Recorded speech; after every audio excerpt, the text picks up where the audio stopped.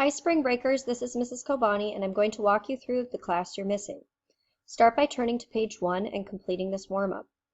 Pause the video so you can get the date, learning target, and have time to answer the question, approximately how many gallons of water does it take to make a hamburger and fries? Did you have a guess? Shockingly, it takes 1,400 gallons of water to create a single hamburger and French fries. That's a lot of water from cow and potatoes to your tasty McDonald's meal. Our society depends on water. Since our society depends on water for so many things, it is important that we have clean or purified water.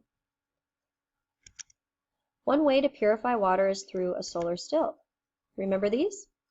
We set up 2 solar stills 2 weeks ago. One of the stills contained fresh water and one contained salt water. So how does a solar still work? A solar still has 3 of the main parts that we find in the water cycle. The water on the outside cup gains energy from the lights. This causes the water to evaporate, where it will condense on the plastic wrap, which is why our solar stills have so many drops on the top. Because we have a marble weight in the middle of the plastic wrap, the condensation will be pulled toward the middle and precipitate into the small container. Pretty cool, huh? Turn to page 4. This is your data table from the Solar Stills lab. We need to collect the final data from the experiment as well as the taste of the precipitation in the smaller collection cups. Mr. Moberg and I made a video that you're going to navigate to now. Pause the screencast and go to the website listed. Use the video to complete the data tables on page 4.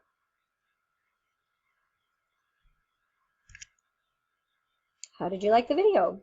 What we learned from our solar stills experiment is that during the process of the water cycle, water is cleaned or purified. Here's what happened to our salt water in the solar stills. In the slide, I'm showing the salt particles as these red dots.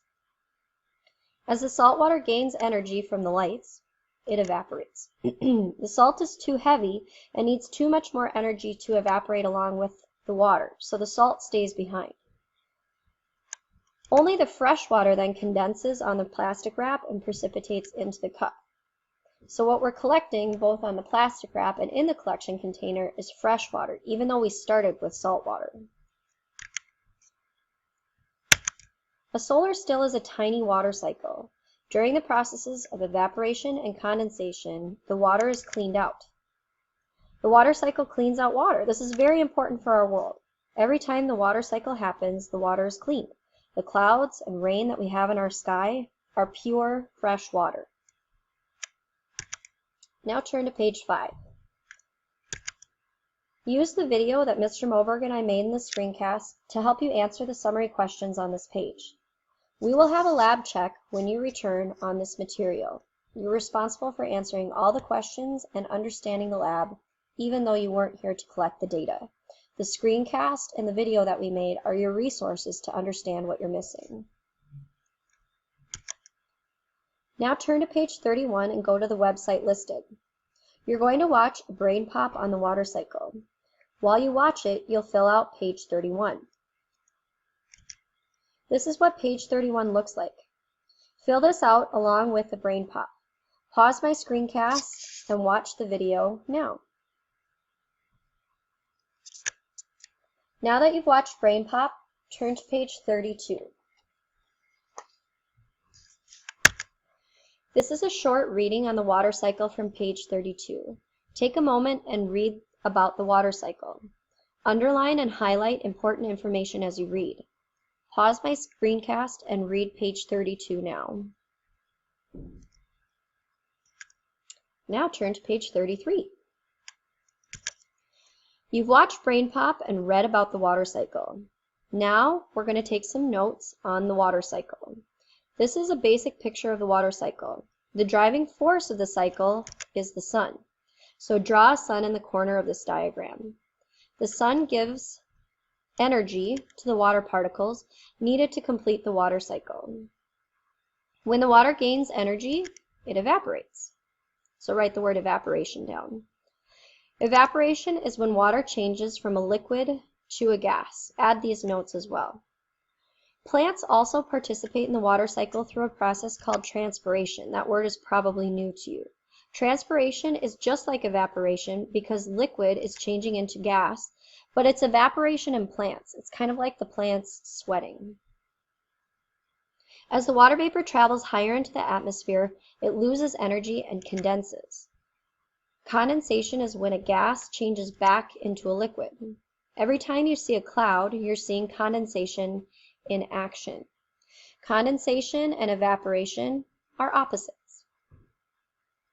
As more and more water droplets condense, eventually gravity will pull it down as precipitation. I'm going to move the sun so I can write the word precipitation on my screen.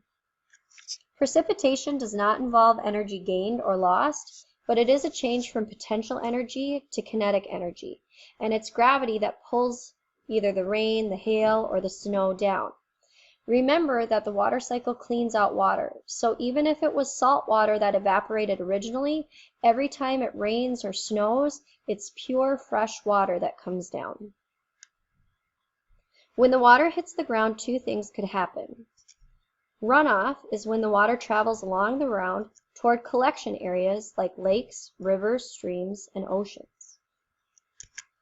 Infiltration is when water seeps down into underground aquifers through permeable layers. We're going to be learning a lot about groundwater in the class when you return. And that's the water cycle. Pretty neat, right? You're at the end of my screencast. This is a list of things you'll need to have done when you return from spring break. If you followed my screencast carefully, you'll have all of these things done now. If you're looking at the list and there are some things you've missed, go back and rewatch my screencast. Feel free to contact me or Mr. Moberg with any questions or concerns as you complete this work. Good luck and have an awesome spring break.